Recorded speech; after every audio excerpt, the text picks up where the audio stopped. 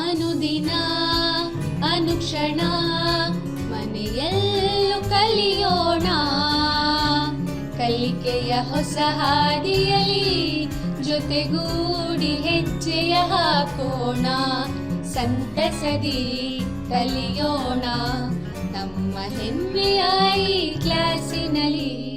Yes sir. Yes teacher. Present ma'am.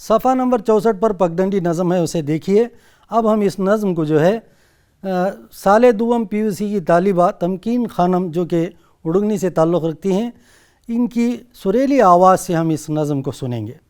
تو دیکھے ہوں گے یوں تو چاندنی راتاں تمہیں، یوں خالی سن کو ہوں گے دور کے باتاں تمہیں، منہ اندھارے کو دیکھو دور بن جاتی ہوں میں، دور بن جاتی ہوں جی میں، نور بن جاتی ہوں میں، ایک نوی عرص کے سر کا چرمرا کو شرم سے، گاؤں کے بازوں سے نکل کو گھاٹ کو جاتی ہوں میں، جن کے انگے چاند سورج بھیگ کے سہنک ہیں دو، ایسے ایسے آفتابہ کو اٹھا لاتی ہوں میں، منہ اندھارے کو دیکھو دور بن جاتی ہوں میں، دور بن جاتی ہوں جی میں، نور بن جاتی ہوں میں،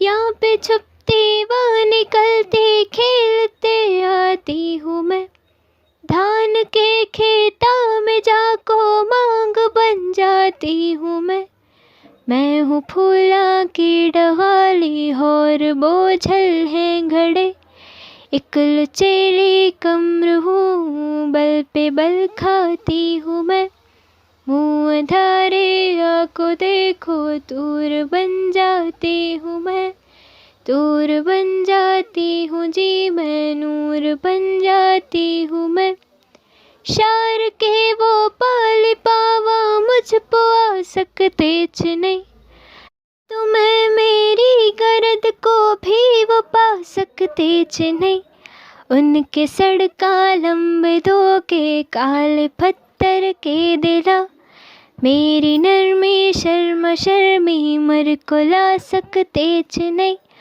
منہ اندھارے کو دیکھو دور بن جاتی ہوں میں، دور بن جاتی ہوں جی میں، نور بن جاتی ہوں میں۔ اچھا تو پیارے بچوں، آپ نے نظم پگڈنڈی کو سنا۔ میں یہاں پر جو ہے تمکین خانم کا، اب یہاں پر دیکھیے پگڈنڈی، اس میں شاعر جو ہے کس طرح سے پگڈنڈی کی زبان سے اپنی جو خصوصیت ہے وہ خصوصیات کو کس طرح سے پیش کر رہے ہیں۔ دیکھیے پگڈنڈی کس طرح سے کہتی ہے، بہت دیکھے ہوں گے یوں تو چاندنی راتاں تمہیں، یوں خالی سن کو ہوں گے طور کے باتاں تمہیں۔ پگڈنڈی کہتی ہے کہ آپ نے ایسے ہی کئی چاندنی راتیں دیکھی ہوں گی کہ کتنی خوبصورت اور کتنی پیاری ہوتی ہیں، اور ایسے ہی آپ نے کوہ طور کی باتیں سنی ہوں گی۔ پیارے بچوں، آپ کو کوہ طور پر کیا واقعہ پیش آیا پتہ ہے؟ یاد رکھیے، حضرت موسیٰ علیہ السلام جو اللہ کے پیارے نبی تھے، جنہیں کلیم اللہ کہا جاتا ہے، کیونکہ آپ جو ہے کوہ طور پر اللہ سے کلام کیا کرتے تھے، باتیں کیا کرتے تھے، اس لیے ان کا لقب جو ہے وہ کلیم اللہ پڑا۔ ایک مرتبہ جو ہے وہ حضرت موسیٰ علیہ السلام اللہ سے گزارش کرتے ہیں، اللہ سے فریاد کرتے ہیں کہ اے اللہ، میں تیرا دیدار کرنا چاہتا ہوں، میں تجھے دیکھنا چاہتا ہوں، ربی ارنی۔ تو اللہ تعالیٰ فرماتا ہے کہ لن ترانی، تو مجھے دیکھ نہیں سکے گا، تجھ میں دیکھنے کی تاب نہیں ہے۔ لیکن حضرت موسیٰ علیہ السلام ضد کرتے ہیں تو اللہ تعالیٰ جو ہے اپنی تجلی جو ہے وہ ایک پہاڑ پر ڈالتا ہے اپنا نور، تو وہ پہاڑ جل جاتا ہے، جل کر راکھ بن جاتا ہے۔ یہ واقعہ آپ نے سنا ہوگا۔ اسی واقعے کو یہاں پر جو ہے سلیمان خطیب استعمال کرتے ہوئے کہتے ہیں، یوں خالی سن کو ہوں گے طور کے باتاں تمہیں، منہ اندھارے کو دیکھو طور بن جاتی ہوں میں، طور بن جاتی ہوں جی میں، نور بن جاتی ہوں میں۔ یعنی صبح سویرے آ کر دیکھو، میں بھی چاندنی رات میں جو ہے صبح سویرے اتنی خوبصورت بن جاتی ہوں، اتنی پرنور بن جاتی ہوں کہ جیسے کوہ طور ہو، کوہ طور کی طرح میں بھی پرنور اور حسین بن جاتی ہوں، جو دیکھنے کے لیے بڑی دلکش ہوتی ہے۔ یک نوی عرص کے سر کا چرمرا کو شرم سے، گاؤں کے بازو سے نکل کو گھاٹ کو جاتی ہوں میں۔ یہاں پر کہتی ہے کہ میں ایک نئی نویلی عرص کی طرح جو شرماتے ہوئے، اپنے آپ میں سماتے ہوئے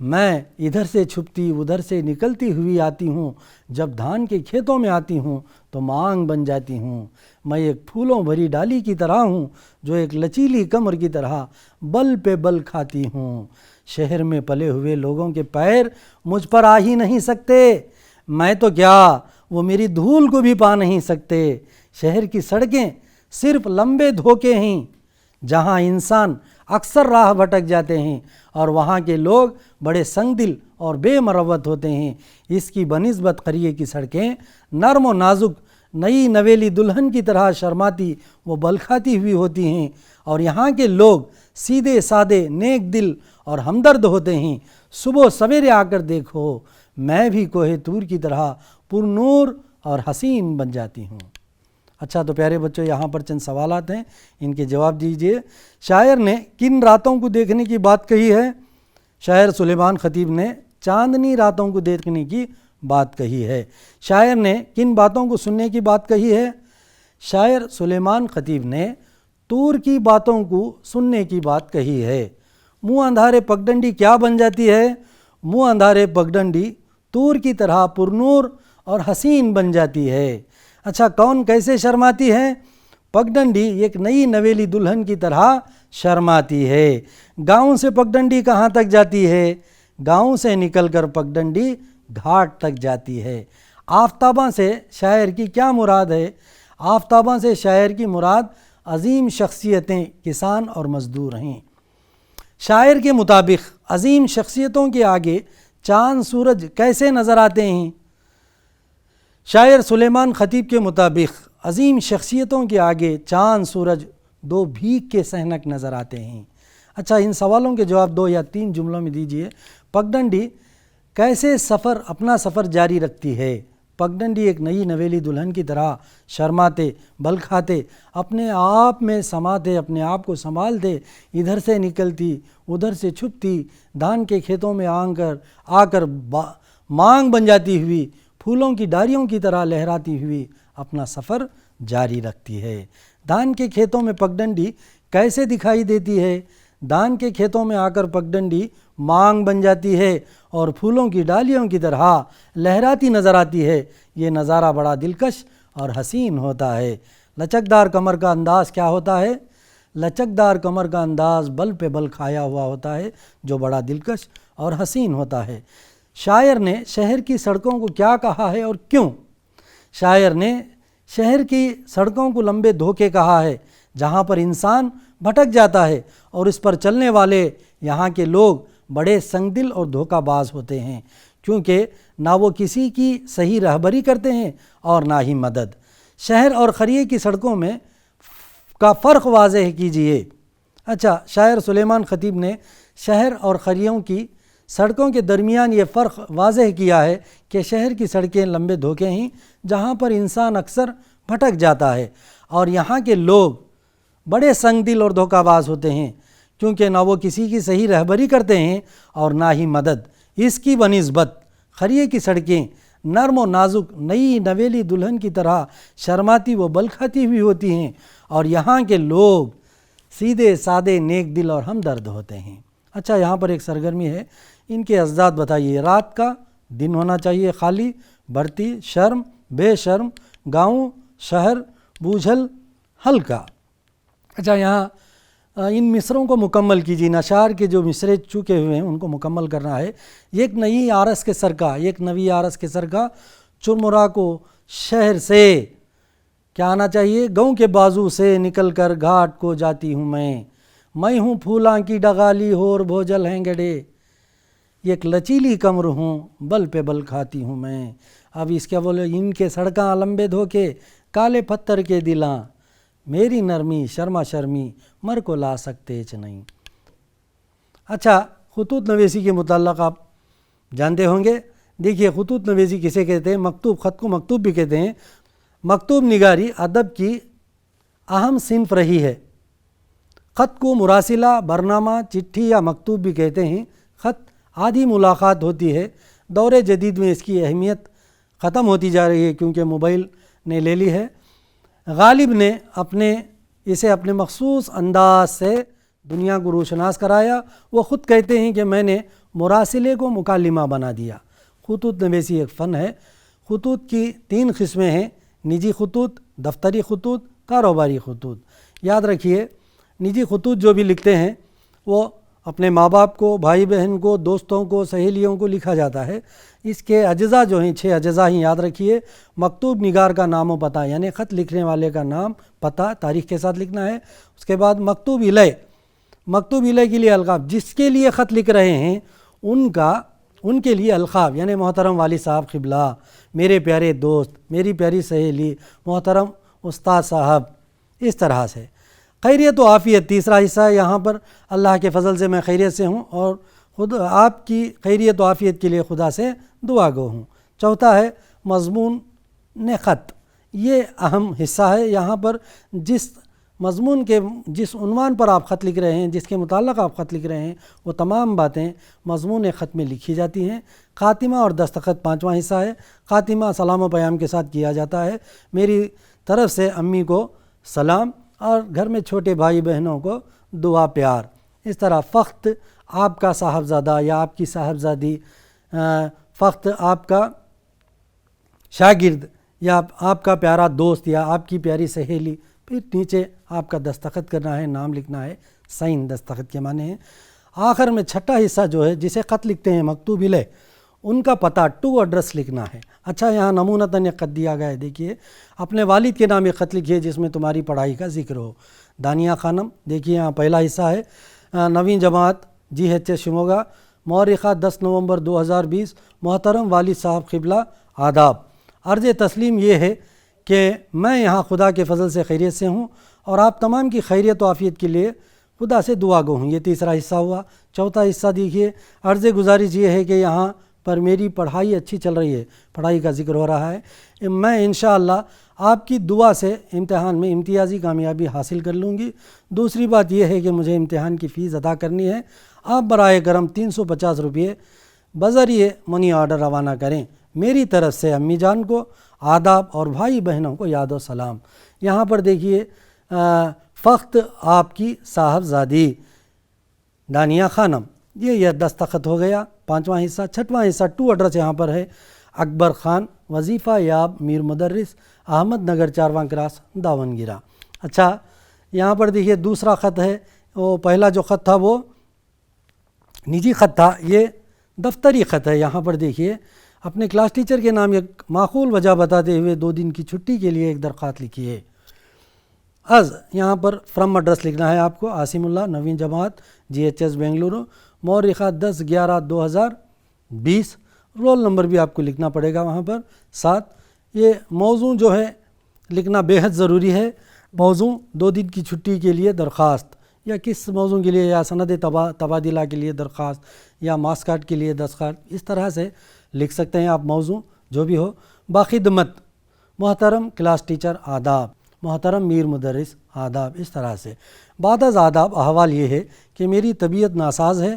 ڈاکٹر صاحب نے 2 دن آرام کرنے کا مشورہ دیا ہے، لہٰذا میں آپ سے مؤدبانہ گزارش کرتا ہوں کہ مورخہ 11 اور 12 نومبر 2020 بروز چہارشنبہ اور جمعرات 2 دن کی چھٹی عنایت فرمائیں.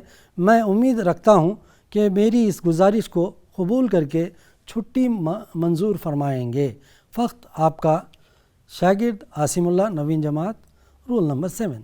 اچھا یہاں پر آپ کو گھر پر کام دیا گیا ہے. نظم پگڈنڈی کا خلاصہ اپنے الفاظ میں لکھیے ایک. دوسرا جو ہے سلیمان خطیب کا مجموعہ یعنی کیوڑے کا بن کا مطالعہ کیجئے. اس میں سے آپ کی پسندیدہ نظمیں ایک بیاض میں لکھیے. تیسرا ہے دیکھیے اپنے دوست یا سہیلی کے نام ایک خط لکھیے جس میں تمہاری اسکول میں منائے گئے کسی جشن کا ذکر ہو. ان تینوں سرگرمیوں کو لکھ کر اپنے محترم اردو معلم یا معلمہ کو دکھائیے.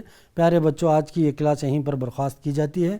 آج کی کلاس میں جو کچھ سیکھا ہے وہ آپ کو امتحان میں پوچھا جا سکتا ہے، اس لیے ان سوالات کے جوابات، نظم کے خلاصے اور خطوط کو اچھی طرح سے ذہن نشین کر لیں. اچھا تو اب مجھے اجازت دیں، اگلی کلاس میں پھر ملیں گے انشاءاللہ. میں عبداللہ خان. پیارے بچوں، محنت سے پڑھیے، وقت ضائع نہ کیجیے. وقت جو ہے بہت قیمتی ہے، اگر وقت چلا گیا تو پھر آگے پچھتانا پڑے گا. آج سے ہی جو ہے محنت کر کے خوب محنت کر کے 1 سے 4 مرتبہ سوالات کو سمجھ کر پڑھیے، پھر اس کے جوابات پڑھیے، پھر بغیر دیکھے کہ اسے لکھنے کی کوشش کریے، انشاءاللہ آپ کو ذہن نشین ہو جائے گا۔ محفوظ رکھیے، پاک و صاف رہیے، محفوظ رہیے، اپنے ماحول کو پاک و صاف رکھیے۔ اللہ سے دعا ہے کہ اللہ تعالی ہم سب کو اپنے حفظ و امان میں رکھے۔ خدا حافظ۔